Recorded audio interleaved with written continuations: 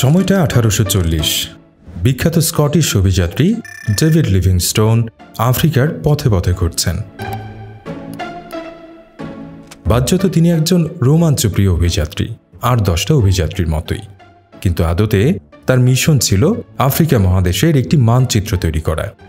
এরপর 50 ও 60-এর দশকে অভিযাত্রী Richard Burton, জন speak ও James grant উত্তর আফ্রিকা চষে বেড়ান এবং শেষ পর্যন্ত নীল নদের উৎস খুঁজে বের করতেও সক্ষম হন। এদিকে 1830-এর দশকেই ফ্রান্স বর্তমান আলজেরিয়ার কিছু অংশ দখল করে নিয়ে কলোনি স্থাপন করেছিল।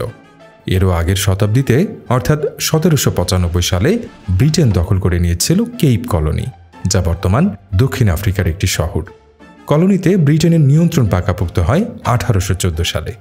অন্যদিকে অ্যাঙ্গোলা ছিল পর্তুগিজ কলোনি। ইউরোপিয়ানরা যদিও আফ্রিকার এসব ভূখণ্ডে নিজেদের নিয়ন্ত্রণ বজায় রেখেছিল, কিন্তু এগুলো ছিল অত্যন্ত ক্ষুদ্র। প্রধানত উপকূলীয় অঞ্চলগুলোতেই ছিল তাদের নিয়ন্ত্রণ।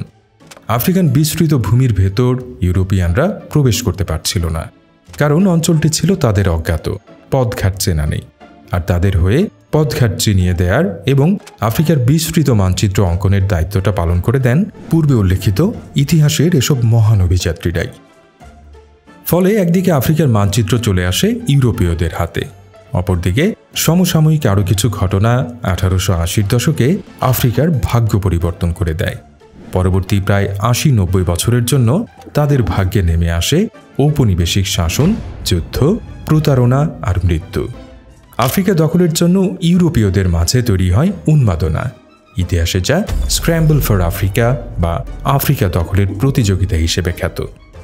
আদ্যপান্তর আজকের পর্বে জানার চেষ্টা করব কেন ইউরোপীয়রা আফ্রিকাকে ভেঙে টুকরো টুকরো করে নিজেদের মধ্যে ভাগ বাটোয়ারা করে নেয়ার উন্মাদনায় মেতেছিল।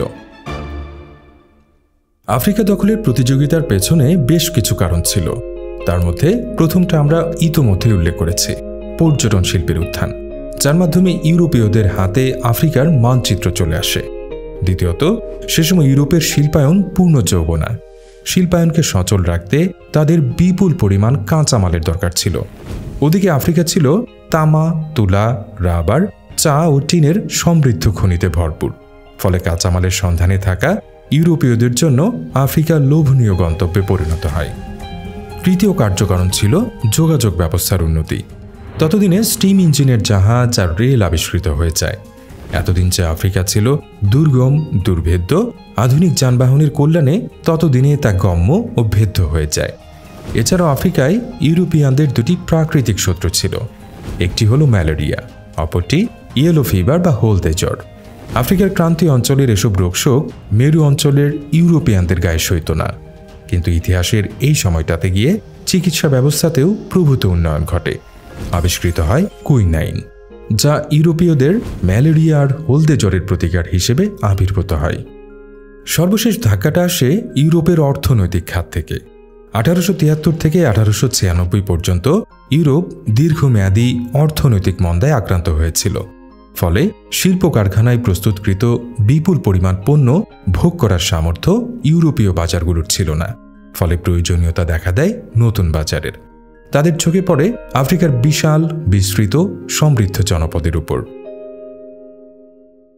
1869 সালে গুরুত্বপূর্ণ একটি ঘটনা ঘটে। ফ্রান্স ও মিশরের উদ্যোগে সুয়েজ খাল উদ্বোধন হয়। এর ফলে ভূমধ্যসাগরের সাথে পারস্য উপসাগরের সংযোগ ঘটে। এতে ইউরোপ থেকে মধ্যপ্রাচ্য ও আফ্রিকায় নৌ চলাচল পথ অনেক সংক্ষিপ্ত এবং সহজ হয়ে যায়। মিশর ও উত্তর আফ্রিকার দেশগুলো সহসাই ইউরোপীয়দের লোভনীয় লক্ষ্যবস্তুতে পরিণত হয়। 1881 সালে ব্রিটেন মিশর দখল করে নেয়।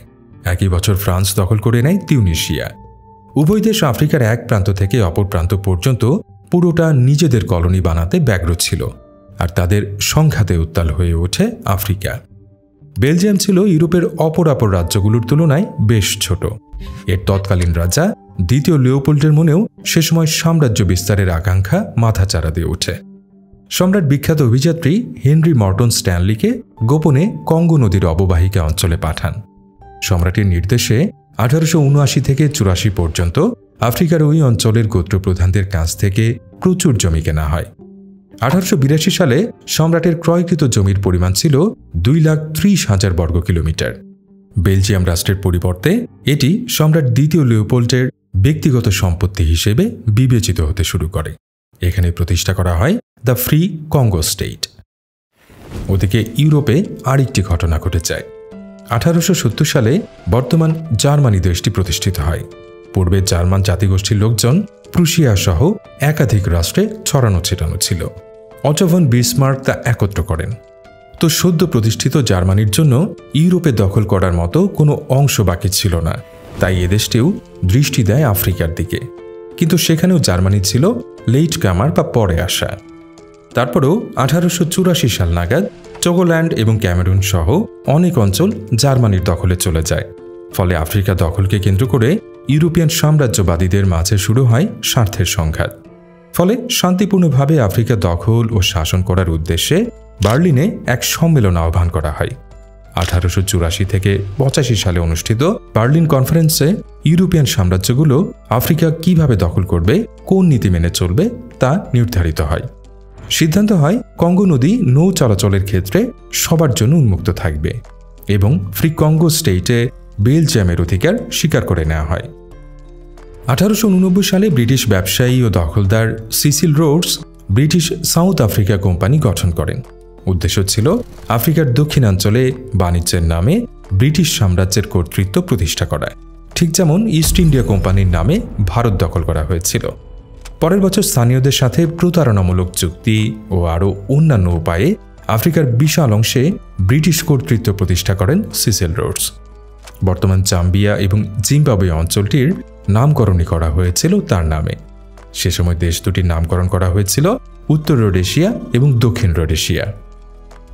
এভাবে 20 শতকের সূচনা লগ্নে আফ্রিকার লাইবেরিয়া আর ইথিওপিয়া বাদে বলতে গেলে আফ্রিকার পুরো ভূখণ্ডই ইউরোপীয় সাম্রাজ্যবাদীদের দখলে চলে যায় এবং আফ্রিকা দখলে তাদের প্রতিযোগিতায় প্রথম বিশ্বযুদ্ধ ত্বরান্বিত করেছিল। এমনকি দ্বিতীয় বিশ্বযুদ্ধের পূর্বেও 1935 সালে ইতালি ইথিওপিয়ার কিছু অংশে উপনিবেশ স্থাপনের ফলে সৃষ্ট যুদ্ধ দ্বিতীয় বিশ্বযুদ্ধের অনুঘটক হিসেবে কাজ করেছিল।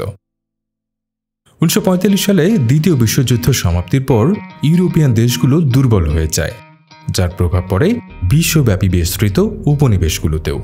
সর্বত্র স্বাধীনতার দাবি তীব্র থেকে তীব্রতর হয়ে উঠতে শুরু করে। সংগ্রাম ও বহু ঘাত প্রতিঘাতের পর বিশ্বব্যাপী স্বাধীনতার ফুল ফুটতে শুরু করে, যা আফ্রিকায়ও পাপড়ি মেলেছিল। আফ্রিকান দেশগুলোর মধ্যে সর্বপ্রথম স্বাধীন হয় সুদান। 1956 সালে ব্রিটিশ ইজিপশিয়ান যৌথ উপনিবেশ থেকে দেশটি স্বাধীনতা পায়। পরের বছর স্বাধীন হয় ঘানা। 1960 সালকে বলা হয় ইয়ার অব আফ্রিকা। এই বছর ক্যামেরুন, সেনেগাল, মাদাগাস্কার ও মালি সহ বহু আফ্রিকান দেশ স্বাধীনতা লাভ করে। জিম্বাবুয়ে ও জাম্বিয়ার স্বাধীনতা আসে 1980-র দশকে দীর্ঘ কঠিন সংগ্রামের পর। আনুষ্ঠানিক উপনিবেশের সমাপ্তি ঘটলেও অনানুষ্ঠানিকভাবে দক্ষিণ আফ্রিকায় সাদাদের বর্ণবাদী শাসন ব্যবস্থা কিন্তু রয়ে যায়। 1990-এর দশকে ধীরে ধীরে নেলসন ম্যান্ডেলার হাত ধরে দেশটি মুক্তির স্বাদ পায়। 1994 সালে নির্বাচনে নেলসন ম্যান্ডেলার বিজয় আফ্রিকায় স্ক্র্যাম্বল ফর আফ্রিকা যুগের সমাপ্তি ঘটিয়েছিল।